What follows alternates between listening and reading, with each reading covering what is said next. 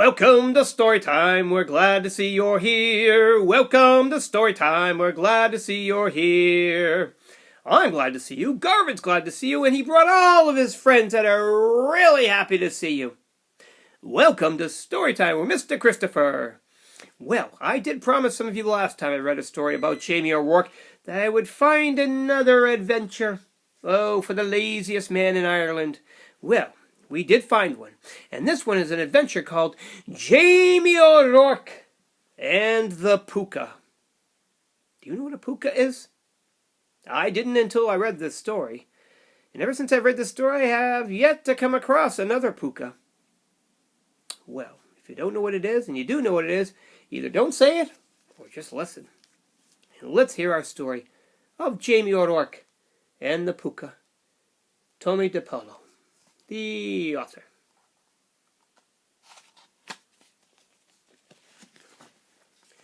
Jamie O'Rourke and the Pooka.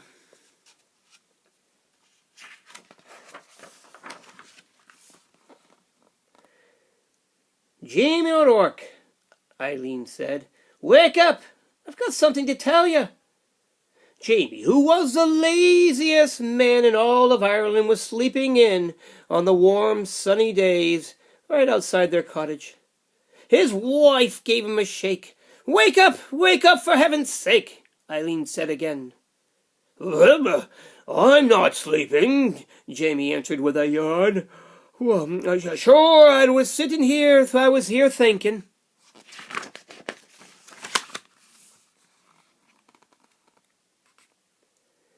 "Now, Jamie, please listen," Eileen replied. "Do you remember that I'm going up to visit my sister Kathleen and her family to help with the new baby?" Jamie let out a snore, but Eileen poked him. "Oh, what are you doing, woman? Can't you see I'm right in the middle of solving a great problem?" "Well, now, all the fine thoughts I was having here clear flown down out of my head. You might as well tell me what's a-going on."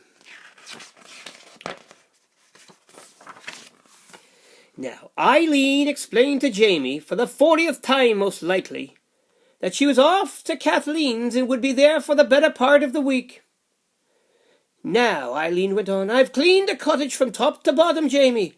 I've cooked all kinds of good things and put them in the larder. And all you'll have to do is a washing up each night and a quick swipe of the broom every now and then."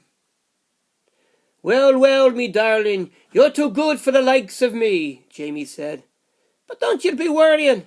I'll take good care of everything. See, I won't even know you've been away. Now give us a kiss and be off with you." Down the road went Eileen O'Rourke.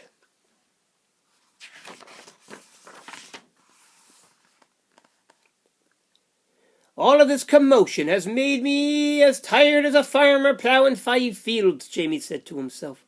"I think I'll just have me a lie down. And sure, isn't that a sweet idea? If I stay in bed and only get up for a bite, I'll not be dirtying a thing." So Jamie O'Rourke climbed into bed, even though the sun was high in the sky, and he fell fast asleep.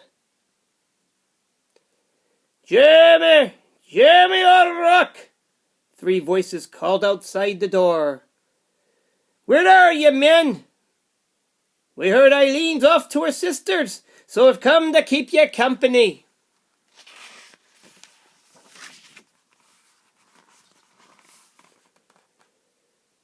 Jamie woke up all right and recognized the voices of his cronies, Patrick, Michael, and Seamus.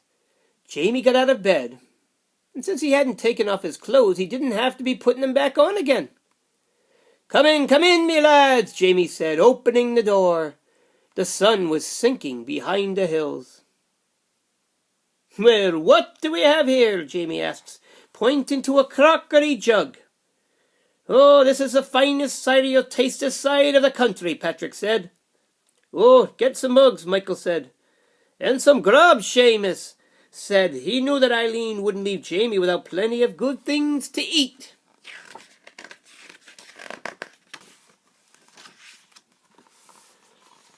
When the food was on the table, And mugs and plates and knives and forks too, they all sat down. They had themselves a fine old time, laughing and eating, until it was time to go home.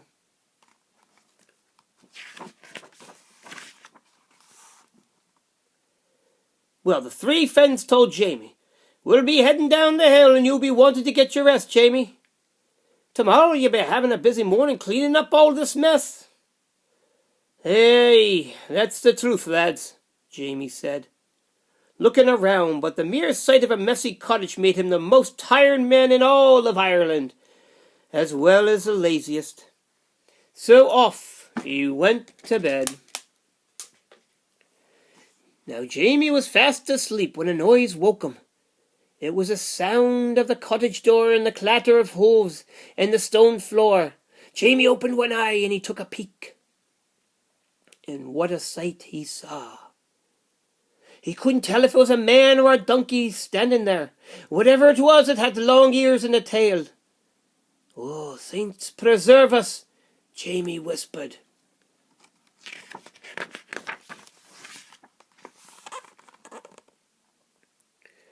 "I might as well begin first as last. The creature who was a Pooka," said out loud to himself. He stirred the fire, poured some water into a big pot, and he put it on the fire. As soon as the water was hot, the Pooka washed the dishes, the mugs, and the cutlery. He put the leftovers in the proper dishes, and he put 'em back in the larder. He swept the floor and gave the fire a good raking. Then the Pooka left the house with such a slam of the door that Jamie nearly fell out of his bed.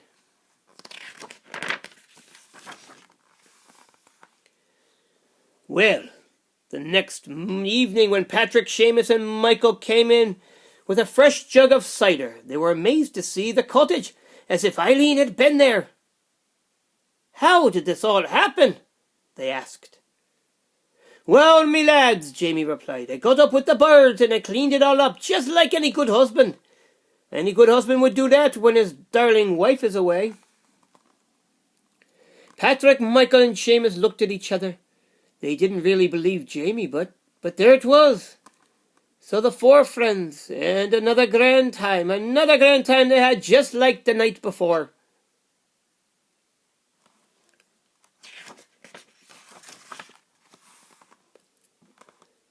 Now, when his friends had gone, leaving even more of a mess, Jamie climbed into bed, but instead of falling asleep, he waited under the covers. Sure enough, the door opened and the Pooka was back, cleaning up everything fast and furiously. "This is in luck indeed," Jamie said to himself.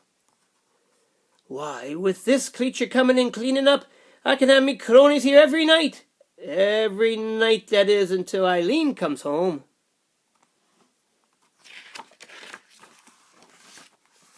And that's what Jamie did. Night after night, Jamie, Patrick and Michael and Seamus had a grand old time making a grand old mess, and every night the Pooka came in and set things to right. By the end of the week, Jamie was curious about this accommodating creature, so he decided to stay up and have a chat with him. He was a little scared when the Pooka came in and went right to the fire, but he took a deep breath and swallowed a mouthful of cider for courage and spoke up. "Now then, sir, if I'm not taking a liberty, might I be knowing who you are and why you're so kind as to doing the cleaning up each night after me friends and myself?"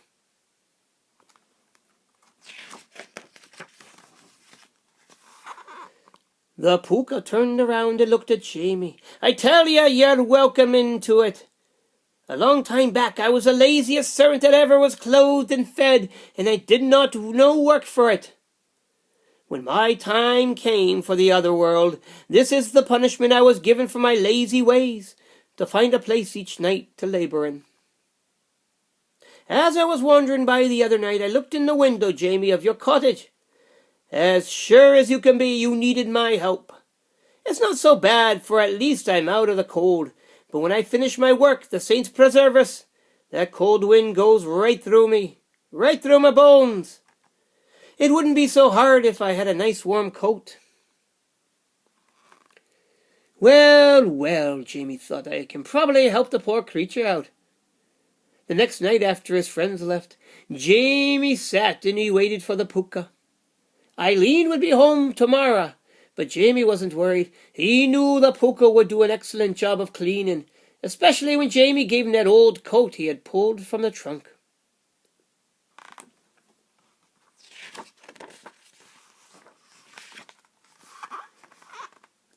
As soon as the Pooka came in, Jamie showed him the coat. He helped him into it and buttoned it. The Pooka went to the mirror. Oh, he was most pleased with what he saw.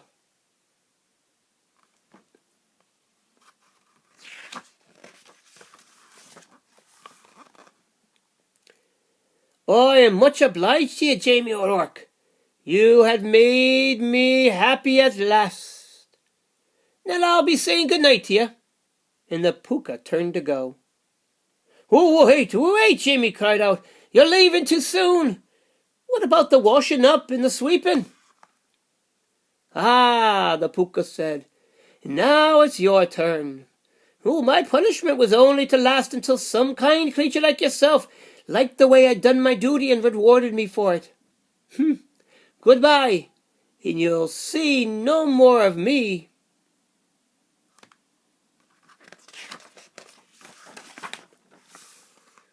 Oh, the Pooka left, and there was Jamie with the mess. Or should we say Eileen? For when she arrived the next morning and looked around the cottage, she said, Oh, Jamie O'Rourke, what do you have to say for yourself?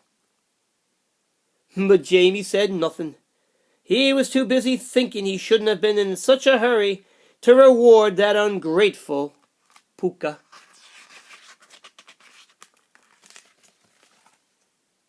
The end. Oh, another mischievous adventure by that Jamie O'Rourke. He's got lots of them to share.